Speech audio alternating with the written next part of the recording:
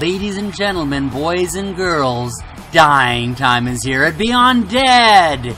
And we have Never Tomorrow versus the Pygmy Allstars. Here is Never Tomorrow. This is the team, is a fresh new team that has been new to our different competitions. They've been doing quite well, particularly with their ghouls who seem to be eating their helmets. I'm sure they are very tasty, even without salt. And here we have the Pygmy Allstars as we pan by a goblin's butt. Alright, we have them. It should be kind of interesting because you have a bunch of very small people versus a bunch of very dead people. Although there's one tall person, regular-sized human being, although it looks like she's trying to be as the same size as them. And there she is wearing her bikini armor. I'm sure she will look sexy as she kicks some butt. Anyway, alright, here we're going to go to the coin toss. As my cat scratches at my seat.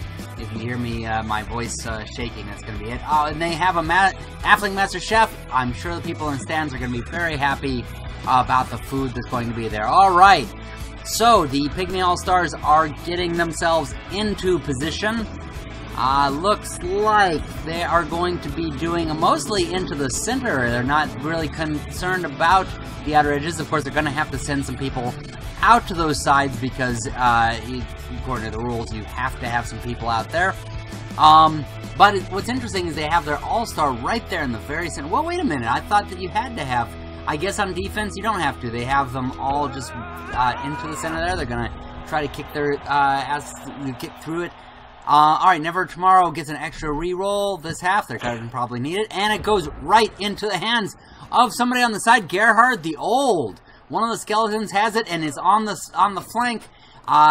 That's actually very good for Never Tomorrow, seeing as the Pygmy Allstars did not plan for the flank. And, oh, you know, they set the ghoul around. That ghoul probably should have went to guard out further, but instead he's guarding a little bit closer in. We'll see if that hurts them. It's interesting, they put the mummies way back in the back rather than the front where they usually go. They're going to be slow. They usually kick a lot of ass, but they're very, very slow, so they're going to be doing a lot of catch-up this time. Ghoul is going to try to go in from the left side, but that's not going to be particularly important because now it comes down to what can he do on the right? He's going right along the edge. That is a mistake because, although he's going to go try to have guard there. There we go. Now somebody's going to go and kind of protect him. And somebody else tries to go, but he gets tripped up. That happens a lot with Never Tomorrow. They seem to think they can sneak away a little bit better, but their shaky bones tend to give them away. Alright, now we have the Pygmy Allstars. They're going to go ahead and send one Pygmy on over there. Let's see, who has the ball, by the way? Gerhard the Old, I already said. Oh, and one of them tries to sneak back. It's one of the skeletons, but he's about as sneaky as the skeletons themselves, so they feel like, well, we already have Gerhard the Old protected, so yeah, now we're going to go in there and try to take one of them down. However, they are sneaky and they can dodge, and he's just going to knock them out of the way. And so, now they're going to start knocking some more of them out of the way. Province Tallfellow has been knocked out, and now we're going to see one of the ghouls getting into position so that Gerhard the Old can try to get it past. Alright, now the mummy's going to sort of push his way up here. Like I say, they're going to spend most of their game just simply getting up to the front there. And now they're going to go ahead and send one of the ghouls around to the side. They're going to try to protect. You still have several halflings that are unanswered for. And another skeleton tries to sneak away, manages to with a reroll. Gets over there on the left side, even though really the game is over here on the right. So we're going to see how that affects everything. And now there's another mummy's going to start pushing his way forward. But it's really going to come down to here. What is Gerhard the Old going to do? He's going to push forward just a little bit, but not... Oh, he tries to sneak past one of the skeletons, one of the halflings, Lotho, gives him a little bit of a trip. Hopefully he'll see him on the fall. Okay, so the ball is now free. Halflings are going to run to it. Let's see. First they're going to guard it with large something. Couldn't get his whole name there before it cut away 2. Another one, Mento Cotton, who does not get to it yet. Another one's just going to get in the way. Looks like they're pretty much just going to protect the ball. They're not really going to worry so much about getting it, although one of them, nope, once again, Odo Twin Toes. They're going to mainly protect the ball at this particular point, not go against that ghoul. One of the treemen takes root, stays where he is, just kicks somebody away from him. And now their all-star player, who is it? Zara the Slayer, comes along, smacks right into a white. It kind of looks like Buffy the Vampire Slayer. Basically goes to slay a vampire or white or whatever. And now one of the treemen is going up towards that mummy. He's gonna go down the field, but although I said he, but is it really a he when it's tree? I mean, it seems more a little bit like an it. All right, and now it's the let's see, Griffo goes around, and it seems like one of the elves from the Netflix series. All right, now they've just surrounded that ball. They're basically going to not really try to take it this particular round. They're just going to protect it from the undead. Seems like a usual noble cause. Keep the undead from the football. Okay, it's kind of looking a little bad for Never Tomorrow because, of course, you know, this was supposed to be their run. They got it a ways down the field, but now they're going to have to fight their way to that ball, and it is quite a fortress around the football. But let's take a look here. Let's see how this does. Okay, the mummies, once again, the mummies are still playing catch-up, and there are no halflings for them to go and fight, so they're just going to kind of move around there. Ghouls are going to come in on them. But now we do have a blitz coming for one of the halflings way out here. That's not one of the halflings actually guarding the ball, but they're hopefully going to... They're going to try to have that one join the undead army. Instead, they're simply going to knock it out and hope that... I wish there was... And one of the mummies tries to slip by the tree, but gets tripped up by the tree ant. And now it goes over to the halflings. Let's see what they do with their... themselves being pretty much in control of where this ball is. They're going to surround this one ghoul. Oh no, oh, and now, Zara was her name? Zara knocks one of the skeletons into the ball goes free, and it is Hot Potato Ball going all over the place, and goes into the audience, it goes flying out, and touchdown! Oh wait, no, right by the touchdown, the ball lands right by the end zone. The halflings are going to go pick that up. So, oh, nope, they're going to just run right by it. It seems like the halflings are just allergic to this ball. They just do not want to touch it. They're going everywhere except where the ball touches. They're just like, you know what? Leave this alone. That ball can just kind of hang out wherever it wants to. Alright, treemen are kicking around the mummies. Halfling's going to go ahead and kick around a white. Oh, no, a skeleton. Alright. That one took a real chance, especially with them not having the ball right now, and it being right by the end zone. That's rather a risky move. Confin Slicer has been injured by the crowd. That is what the crowds tend to do, but there's going to be no long-term effect. And now there's going to be... Oh, they're going to just knock a lot of them out of the thing, so that out of the field, hoping to injure them so that next half they just don't have as many players, probably. Let's see what happens to them. They've really just become halfling undead slayers. Oh, and he's still running, gonna go right by that ball. That one's gonna go in and still not gonna touch it. They just want to guard it. It's like they're teasing the undead. It's just like the halflings tease the undead. Alright, the ghoul's gonna come along, try to chomp on one of the halflings, knock him to the side. And a skeleton's gonna come up here, try to pick up, but no, he's not going to. He's just, you know, I think this ball, they probably think it has coronavirus on it, because nobody wants to touch that ball. Everybody just wants to attack each other, and one of the whites is tripped by Zara. He is going to do a reroll to get by her. Yes, he does, and gets very close to the ball, but once again, nobody actually wants to touch this ball. This is a hot potato game where everybody's just like, screw this ball. Oh, no, here it comes. And who picks it up? It looks like it's going to be a touchdown. He goes in for a touchdown. Never Tomorrow. Stone Stalker. 1-0. One for Never Tomorrow. Has the ball. The Halflings had several opportunities to go in and pick that ball up, but they just decided to guard it instead. And instead, the Undead have picked it up and run it in. So here we have 1-0, never tomorrow. We have one ghoul that's in there, one Halfling that is getting his ass up. The other one is like, I'll just take a nap right here. We have crackers on the sidelines. So, anyway, alright, everybody's going to start setting up. It looks like Never Tomorrow has set up all along the field. They have no safety in the back, just purely a line. Well, the most of the safety they have are these two skeletons here in the back, Julian and Gerhard the Old, who took the ball down the ways. The Halflings are setting up. They have the treemen here in the front, along with Zara right in the center. They're going to put one guy in the backfield. Alright, and the skeleton deciding what he wants to do before kicking it off. There's a blitz. The luck is really going for Never Tomorrow. They're going to run in there with Stone Stalker. And yeah, they have the white running in there, getting himself tripped. They will not use their reroll. And so Lotho, was it Lotho Tomato?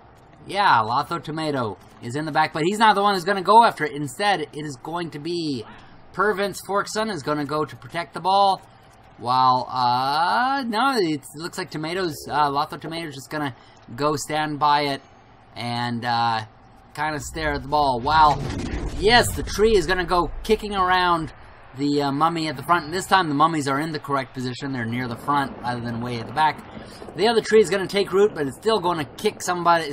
Oh, and it is going to get knocked back. Tree and a mummy going down. So if a tree and a mummy, well, when a tree falls in the forest, of course, it makes a sound. But when a mummy falls in the forest, does anyone actually hear it?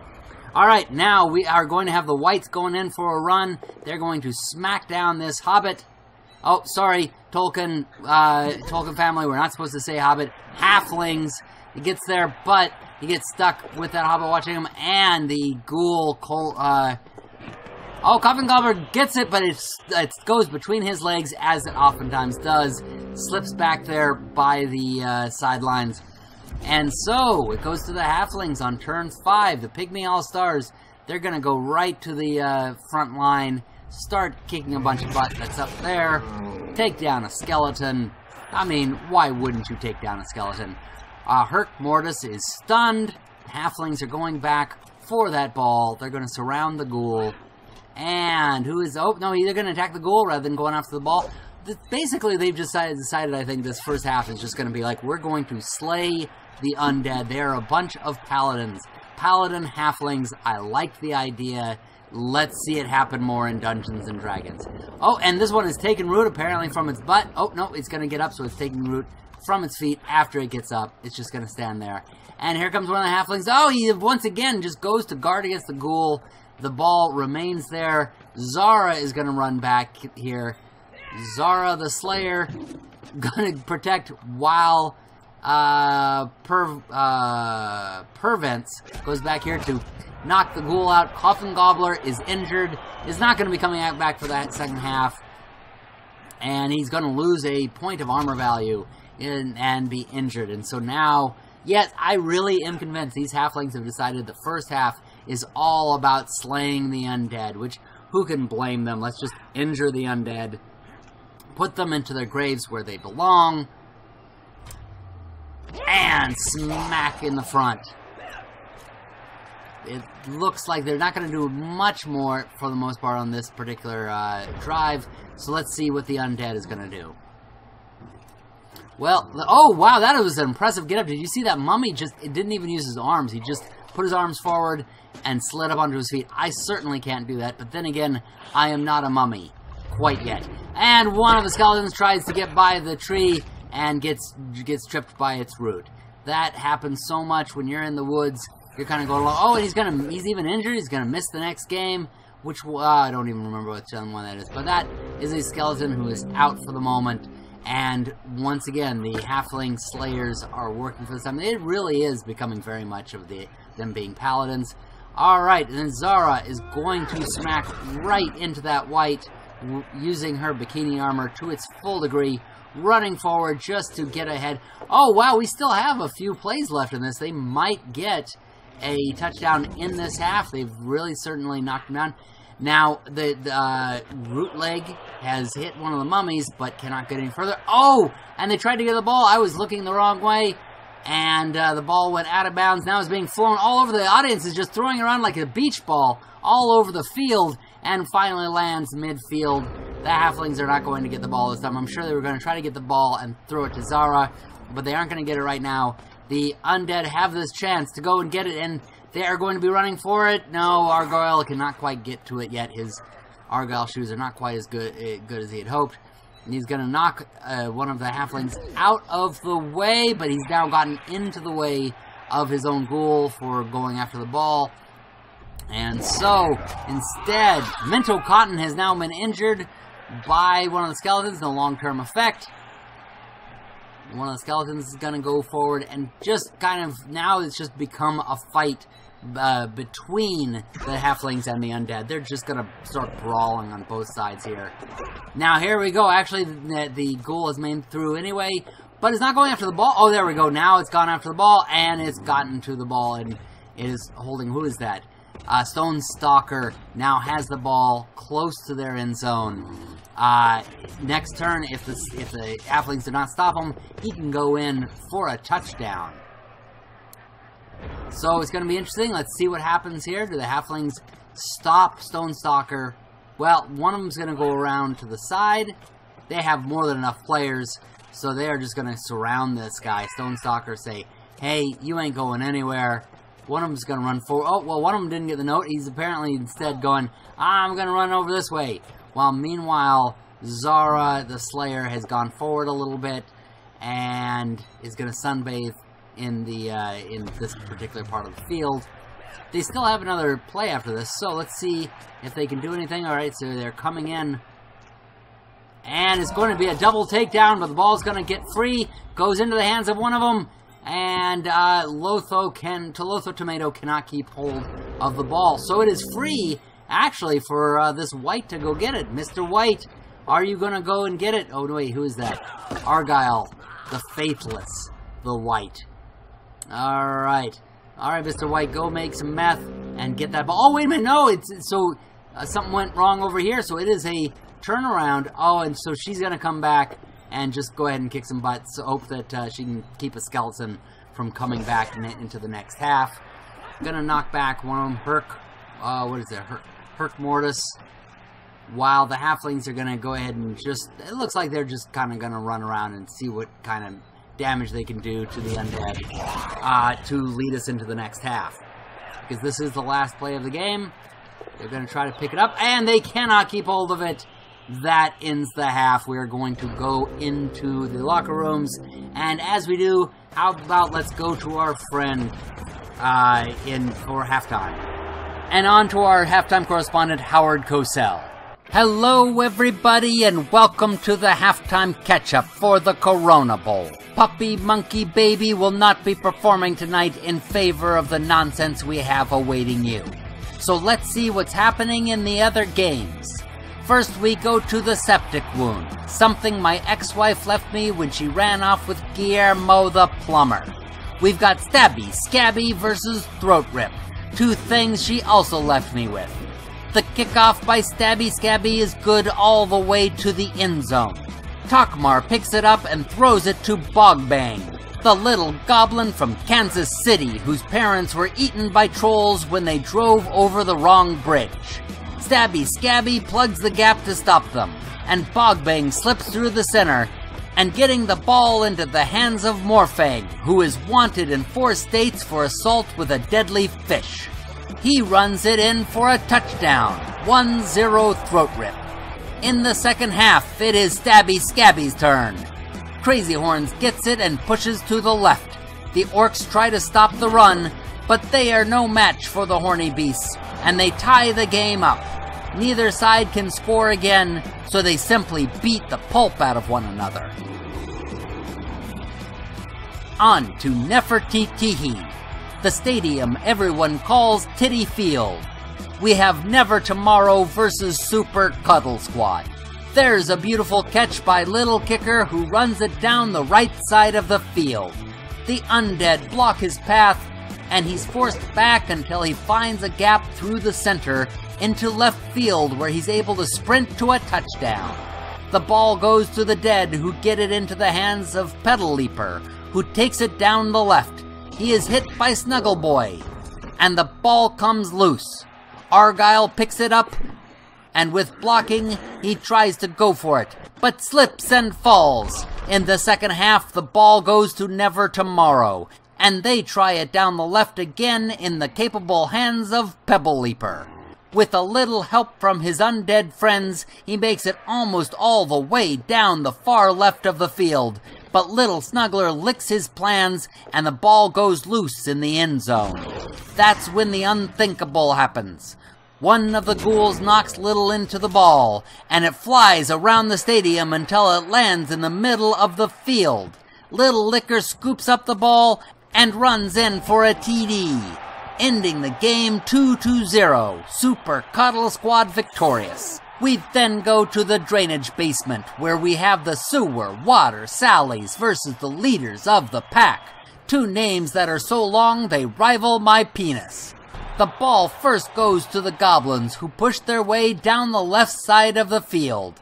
They lose the ball momentarily, only for Richard Stixon to pick it back up and take it to the other side. 1-0. The Skaven try to answer and get as far as the 1-yard line, where they slip on the last play of the half. On to the second. Sewer Water Sallies go to the center.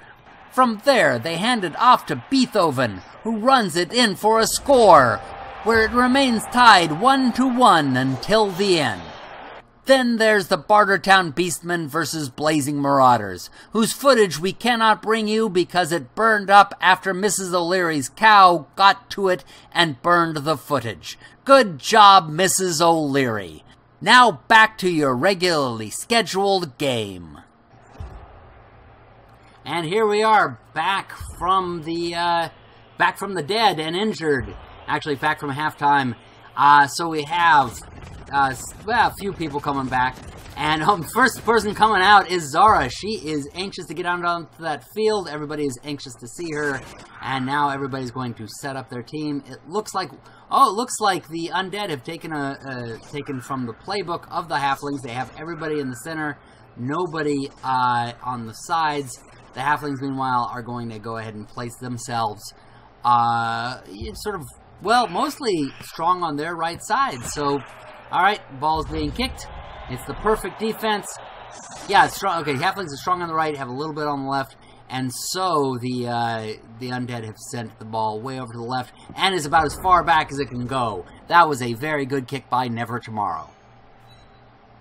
And so the Halflings are going to begin with their treemen just going ahead. Actually, I guess I shouldn't call treemen. What is it? Treants.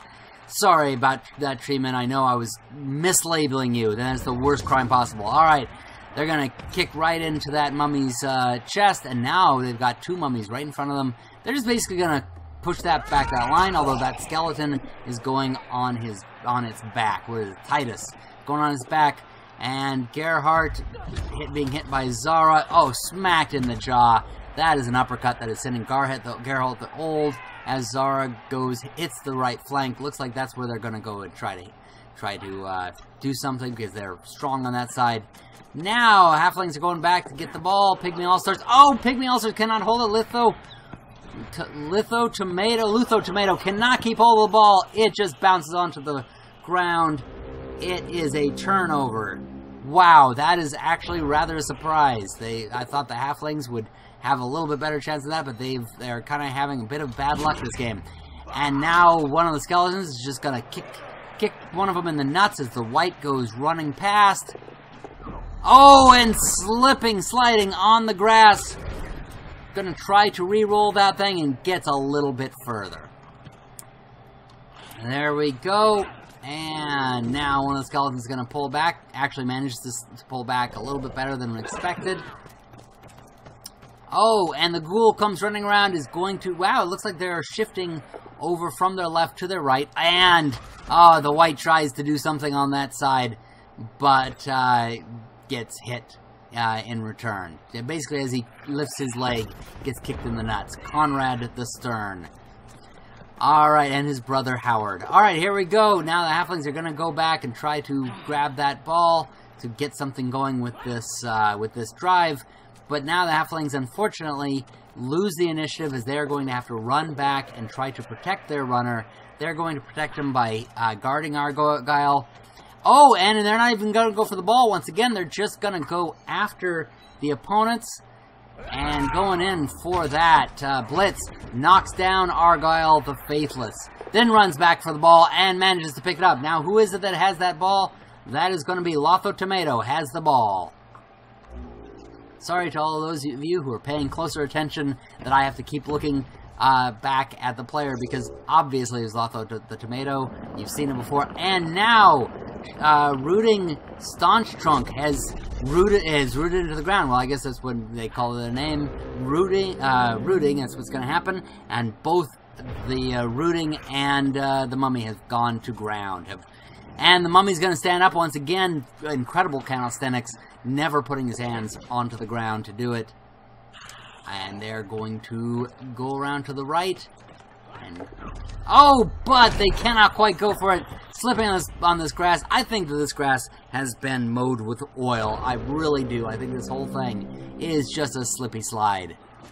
But now it goes to the Pygmy Allstars. Let's see Lotho the Tomato get it downfield if he can. Oh! Oh, a stake coming out of the Slayer, out of, what's her name again? Sarah, the Slayer. Stonestalker is stunned. She manages to put it right into the heart of that ghoul, while Lotho the Tomato moves down there and lettuce and mayonnaise come to protect him. And there we go. We have a little bit of a tomato sandwich there, slipping out of it. Oh, here we go. Now we're going to have a full sandwich here. There we go. Almost there. We got the... we got the onion now on it, and now the mayonnaise. Alright, there we have our full sandwich. And now the other one's going to take root. You have a couple of trees, you just have a forest right there in the middle, and it's going to, basically the trees went diagonally at the mummies, and both of them just ended up getting knocked down. That's what happens when you take on mummies in the forest. But now, here comes Argyle the Faithless on one side, and the other white on the other. What is this? Conrad the Stern is onto the other. And a skeleton again trying to slip by a halfling. It is easy not to notice them, though. I mean, I happen to get tripped up by halflings all the time. I'll be walking along, strolling, and oh, I tripped on a halfling. I mean, it happens when you're on the street. Alright, so the tomato is going to go running there. It gets into the branches of the tree, probably thinking that he can be hidden up there. He's going to make himself a little bit of a tree fort there, tree house, just to, you know, have for him and his friends. All that sort of thing. Maybe he'll have it made by Pete, the treehouse guy. The others are going to beat up the white in the back there. Beat up Whitey, you know. And Griffo will protect in the rear here. Zara's gonna come back and stab. Whoa, what did she stab? Was it the mummy? I guess so. And the mummy now gets kicked in the face by the tree. Now I do remember getting kicked in the face with a tree one time as well. It was quite unusual. Anyway, Otto Twin Toes is stunned, so it gets to be a turnover. On to Never Tomorrow. Isn't that a Bond film? Alright, so one of their ghouls goes running up to the side, to the right side. Stonestalker's getting up. Basically, it looks like they're going to mostly protect in the front and try to do something in this back area. Well, maybe on the side. Skeleton coming in from the right.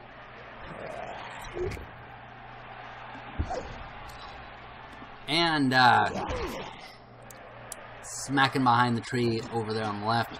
Looks like they're mostly just kind of closing in, but they're not going to do much. And there is a foul play on the field.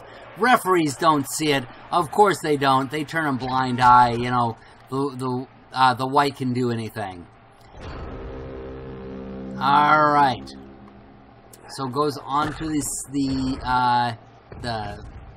Pygmy All-Stars now. See what the Pygmies can accomplish. Well, they're gonna start by knocking down a mummy, which is a great day to start your day. Brute the second is KO'd, knocked unconscious. By the way, I recommend that to everyone. Oh, I thought both trees had taken root. I guess not. This is a good way to start your day, by the way. If you have the chance to start your day by knocking out a mummy, yeah, I do recommend it. It's quite exhilarating. It used to be an activity at the YMCA, but I think they might have stopped having that now. This kind of was considered insensitive to the undead, to the living impaired. All right, Halfling's making a move over to the right side. Gonna run by the skeleton, although I don't think they see the bones there, or they just think, oh, it's bones, it's a dead body, it isn't gonna do anything to you. Don't worry about it. You can just kind of go over there and be, you know, okay with it. They're all gonna stand around it. This is like Stand By Me. They're all, you know, there's Will Wheaton, and they're all just kind of like, you know, oh, hey, let's, oh no, what they're gonna do is stomp on that skeleton's nuts. If that skeleton even has newts anymore. Okay, so yeah, I was thinking they're all going there going, hey, you want to see a body? And they're just kind of watching around it, and then they get to it and they all stomp on the dead body. They're all so fascinated by it. It's like, cool, dead body, let's jump on it. And skeleton's going over, but it slips on the grass. Like I say, this grass has been mowed with olive oil. It is just very, very greasy. Hard to run on. Now, the Lotho the Tomato now has a clear view to the end zone. He should be able to make it. The trees are smacking around some of the skeletons. This should go very well, although they still do have one more hope. The Undead does. Tutmose, the Usurper, is still there. You know what? Oh, here we go. Now, actually, they're going to make a run. Oh, they're running kind of close to the edge there. It kind of makes me think, though, somebody with the name The Usurper. You wouldn't think it's somebody who's going to be in a football game. You'd think that they would be like, I got better things to do than to, you know, make a touchdown. But, you know, hey, they teach their own. Alright, so the tree again takes root while the Halflings are moving forward. And looks like they're making a little bit of a cage there for the tomato. And, oh, now here we go with the Slayer is coming down here to get rid of the Usurper. And gonna kick his... Oh, no, actually not kick his ass, but rather jump into his ass. And now they have a wall. Not so much cage as much as a wall on the left side. It is going to be very, very difficult for anybody to get through that. The Halflings really have themselves set up probably for a touchdown here in the latter part of the game. Alright. So goes on to the Undead. Let's see if they can stop this run.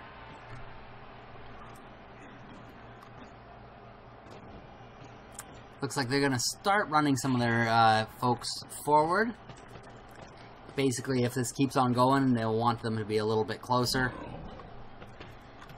And here comes... Oh, the ghoul is unable to make it.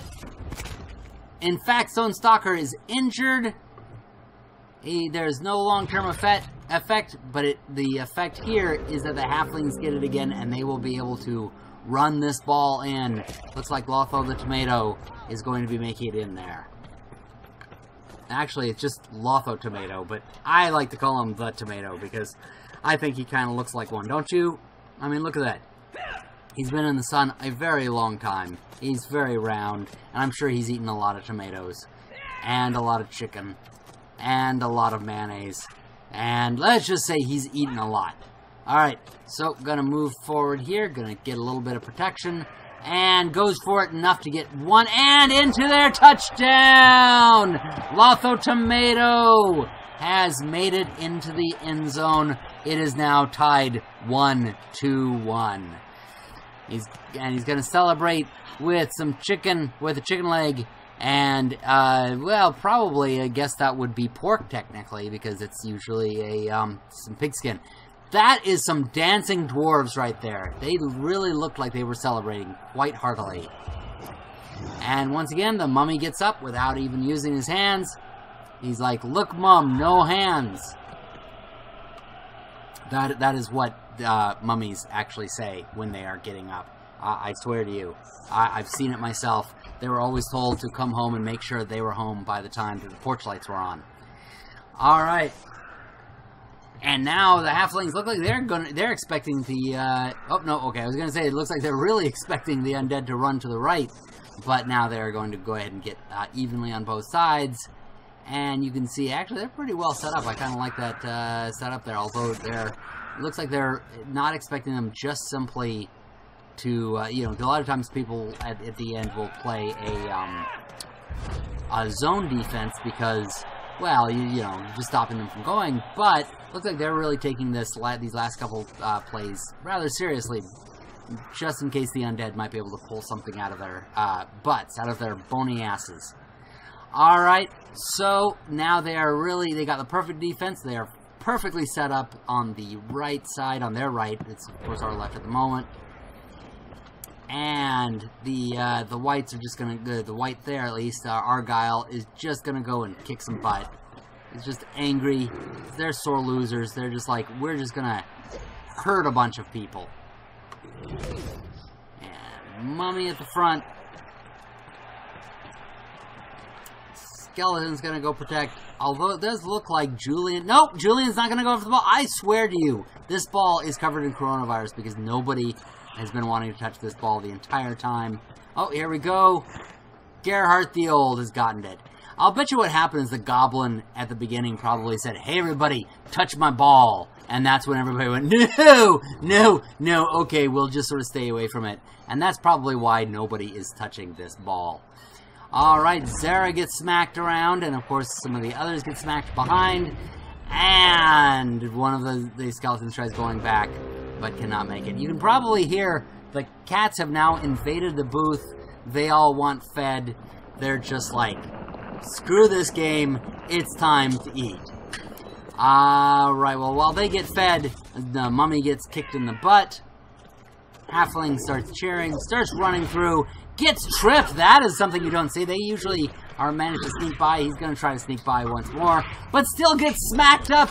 That Halfling's going to do a little somersault, and Otto Greenbottle is stunned. And with his face in the ground, I am surprised. I bet it was part of it was slipping on the grass. That's what I would assume, because this field is made of oil. It's rather kinky, actually.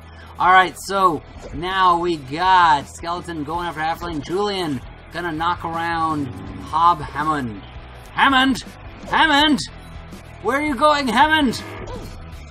And I think the rest of this is just going to be people smacking one another around. This is just ugly. I mean, it's just absolutely... This is atrocious. So much bitterness, so much hatred, so much bloodshed. It is a game of Blood Bowl. That is for certain.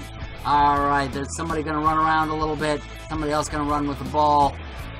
And let's see if we can get any injuries before this is over. Come on, go for it, and then fall on your butt, and then let's see your bones go over it. No, not going to happen. And somebody's going to get tripped by a tree, and that is, of course, how all great games end, with someone being tripped by a tree. So that'll be it.